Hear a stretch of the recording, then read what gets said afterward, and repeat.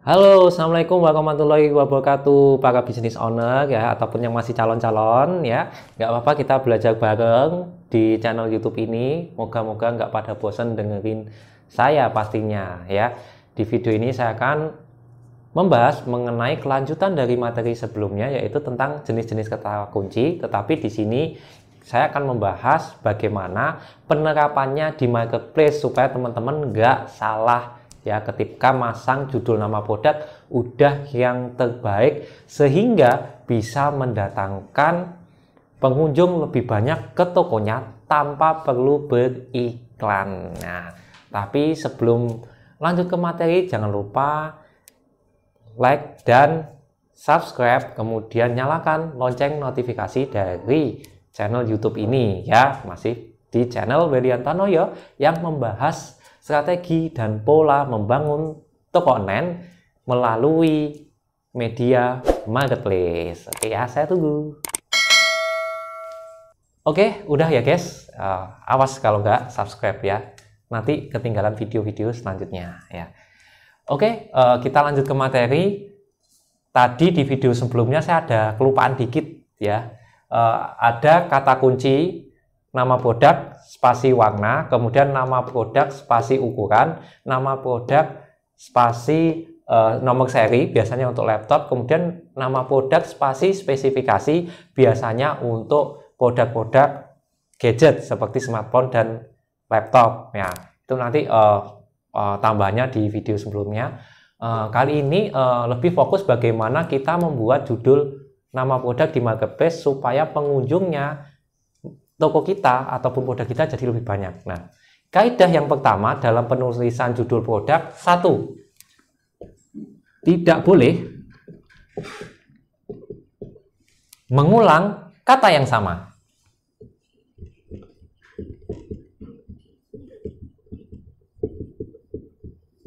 Oke. Ya. Kenapa? Karena di marketplace itu Shopee kita disediakan 100 karakter, Bukalapak 150 karakter, Tokopedia 70 karakter, Lazada 256 karakter. Kalau diisi kata-kata yang sama, kita rugi. Karena apa? Di marketplace itu, kalau kita ya mengulang-ulang kata yang sama, produk kita hanya ketemu di situ aja. Tapi bayangin kalau teman-teman mengisi 100 karakter dengan kata kunci yang berbeda-beda dan semuanya ada jumlah pencariannya, maka teman-teman bisa produknya ditemukan di berbagai macam kombinasi kata kunci sehingga pengunjung yang masuk ke produknya teman-teman menjadi lebih banyak. Nah, kesalahan yang terjadi biasanya orang mengulang-ulang nama produknya. Misal dia jualannya gamis ya, jadi dia bikin judul gamis katun spasi atau spasi gamis murah, spasi atau spasi gamis busui misal. Jadi dia mengulang kata gamis sampai 3 kali. Nah, kenapa enggak gamis katun busui murah? Nah, terus belakangnya diisi yang lain sehingga orang ngetik gamis spasi apa belakangnya kata-kata baru muncul ya. Kemudian kombinasi misal gamis busui murah juga muncul, gamis katun murah juga muncul gitu loh, sehingga pengunjungnya yang masuk ke produknya teman-teman jadi lebih banyak. Itu kaidah yang pertama.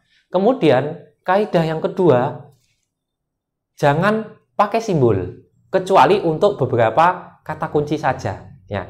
Jadi di marketplace itu ya, terutama di Shopee, simbol seperti yang biasa dipakai ya. Jadi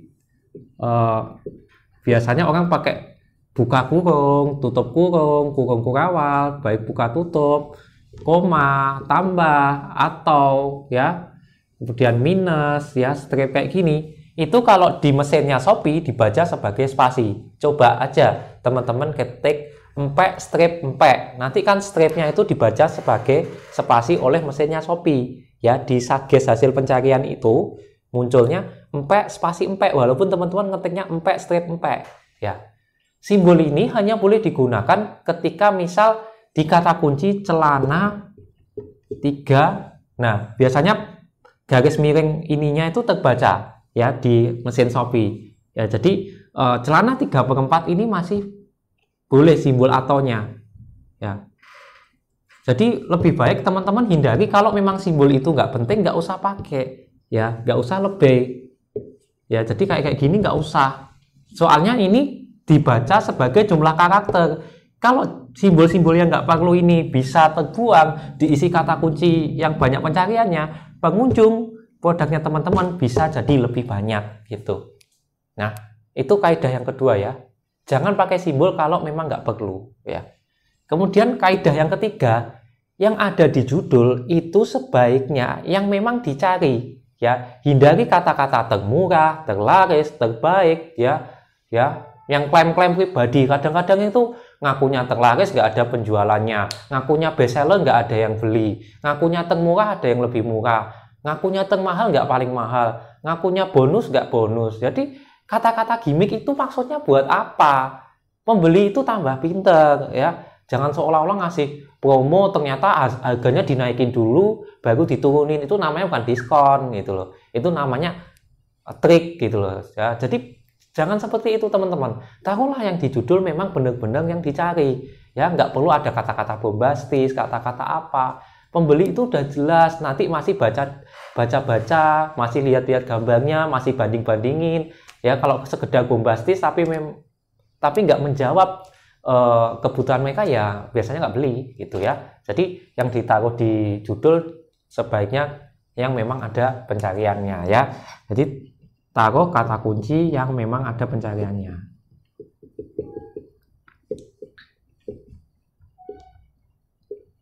Kemudian yang keempat, ini yang penting, yang tadi kita udah bahas di video sebelumnya, gunakan juga kata kunci typo ya. Kata kunci typo ini biasanya jarang dipakai oleh kompetitor Anda gitu kan, karena mungkin risetnya mereka kurang dalam. Nah, makanya nanti teman-teman yang typo-typo ya ditulis aja kayak tadi ya, sweater, gordeng, hordeng, gordin ya, yang nggak wajar tapi pencariannya banyak, itu banyak banget, dan pasanglah di judul nama produk.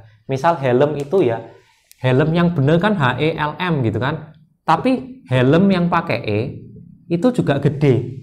Jadi helm gitu ini gede nih, cek aja di data iklanku Shopee.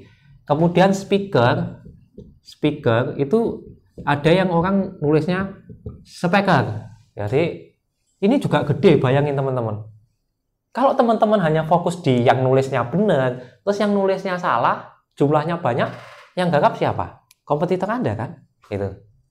Lebih baik garap, tulis judulnya speaker, speaker apa gitu, yang tipe-tipe ya, dan Al-Quran dan sebagainya ya.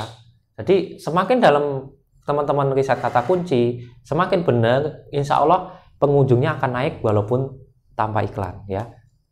Tapi ya percuma teman-teman nonton video ini nggak dipraktekin, ditonton doang, bahkan komen nanya juga mungkin kalau mau komen ya terserah teman-teman ya. Sekali lagi ilmu itu ya sebaiknya dipraktekkan ya. Itu aja teman-teman di video kaidah penulisan judul nama produk. Moga-moga bermanfaat buat Anda. Jangan lupa like, komen kalau memang kamu ada pertanyaan atau mau request video. Kemudian share ke teman-teman kamu kalau memang ini berguna. Share itu gratis ya, paling modal kuotamu aja, masa nggak bisa cari wifi gratisan. Dari saya, William Tanoyo, semoga bermanfaat, jangan lupa dipraktekkan, jangan lupa diamalkan. Sampai jumpa di video selanjutnya. Assalamualaikum warahmatullahi wabarakatuh.